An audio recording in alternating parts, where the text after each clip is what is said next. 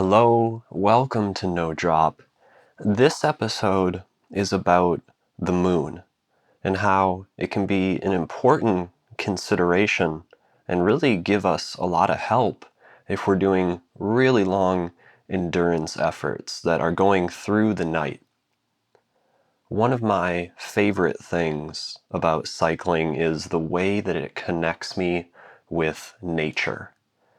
And it's not just for me about the views or about the feeling of the wind over my skin. It really has to do with knowing how far a heartbeat can push me up a hill, or knowing how fast a breath can make me move over the ground. It's these really tangible connections to the topography and to my surroundings that keep me anchored to cycling and just feeling so passionate about my activity. I was reminded of this a couple months ago when the fires were happening in Los Angeles. And, during times where there are wildfires happening, the air can get really bad. And a lot of us just end up staying inside. And I often lose that connection with nature. So there were days where you would just look out in the middle of the day and the sky is completely blacked out with smoke. And all we had was this sort of brown, red sky.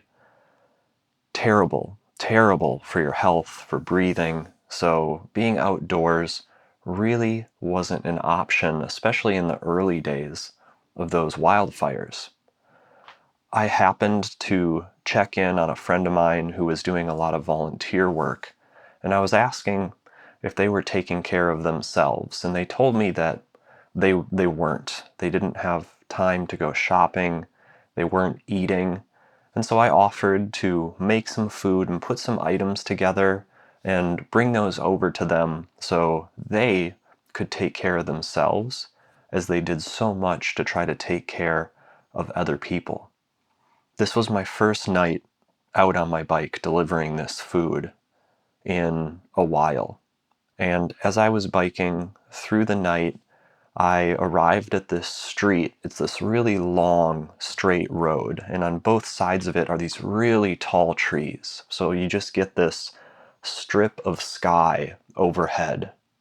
And as I was riding, I looked up and I saw the full moon. And I found myself getting really emotional. And at the time, I couldn't quite figure out why. As I thought on it, and as I meditated on what was moving me so much about the moon, I had the realization that I have a really positive, significant relationship with the moon, and in particular, the full moon. The moon gives us a huge advantage in that when it's full, it is about 100 times brighter than when it is, just a tiny crescent moon, just a little sliver. This ambient light can be really significant and really help if we're trying to ride through the night. And this isn't something that is unique just to cycling. This is something that if you look at the history of it, there are battles that have been planned to either happen with the full moon or avoid the full moon. If people are trying to move troops to different places, they might do that when the moon is very small because the ambient light, and this is especially in the days before modern technology, that ambient light that the full moon is casting could be the difference between being seen or going unseen. Having that connection with nature, knowing how far a heartbeat can take you, or being able to use the light of the full moon to literally light your way as you're on a huge endurance effort. When I looked back at my history it turns out that 5 out of 10 of my biggest rides I've ever done have been timed to happen with the full moon. So when I did the biggest ride I've ever done, 400 miles, that was done under the light of the full moon. There are multiple double centuries that have been planned to happen with the full moon. I did a 27,000 foot ride through Angeles Forest that went through the night. That happened under the light of the full moon. So as I plan my biggest efforts, the ones that I know are going into the night, I will often look at, is there a way that I can plan this out so that the weather is going to cooperate? And also, I know it is to my advantage to have the full moon with me. So can I also plan this around a time when the moon is going to be full or near full? In endurance riding, the night is a really, really challenging time. I always like to say that you do not thrive during the night, you survive the night. Of course, visibility, limited visibility, is a very real issue, a very real danger. Your chances of hitting something, crashing, all those things go up exponentially as you lose light. And we also have a pretty robust system within our body that controls our circadian rhythm. And all of that has to do with, is there sunlight present? That means that we want to be awake. And when that sunlight disappears, everything in our body starts to shut down, to rest, and to go to sleep.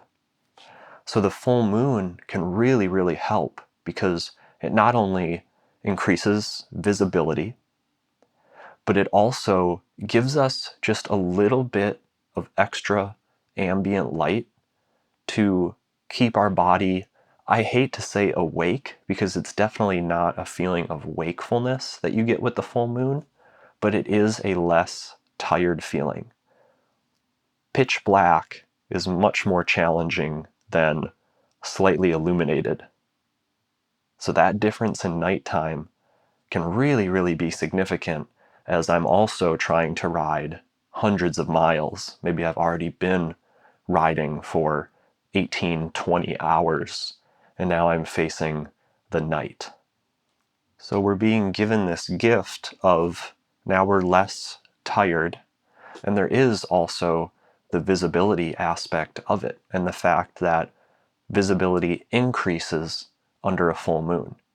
And depending on what type of full moon there is, what phase it's in, that illumination can be more or less significant. I've always found it helpful, and it's been so dramatic at times that if I'm climbing up a hill, I remember one time specifically where it was the middle of the night and I was going up GMR, and I was able to turn off my headlight and climb just under the light of the full moon. Going back to that story of bringing my friend food and seeing the full moon and getting just so emotional and so overwhelmed as that was happening, it was just a time where I was seeing something really familiar, a friend, something that has helped me through some of the most challenging times in my life. It's really that pure, tangible connection and collaboration with nature that I find so fulfilling and rewarding, and it excites me and it makes me want to explore that more. So as I go forward in my endurance life, and this year is the year I'm getting back into big rides, I will definitely be looking at, where is the moon? What phase is it in?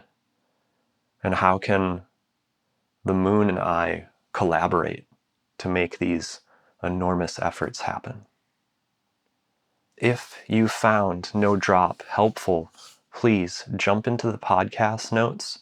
there is a link to a PayPal and a Venmo. You can support me that way and help me create future content. And as always, ride safe.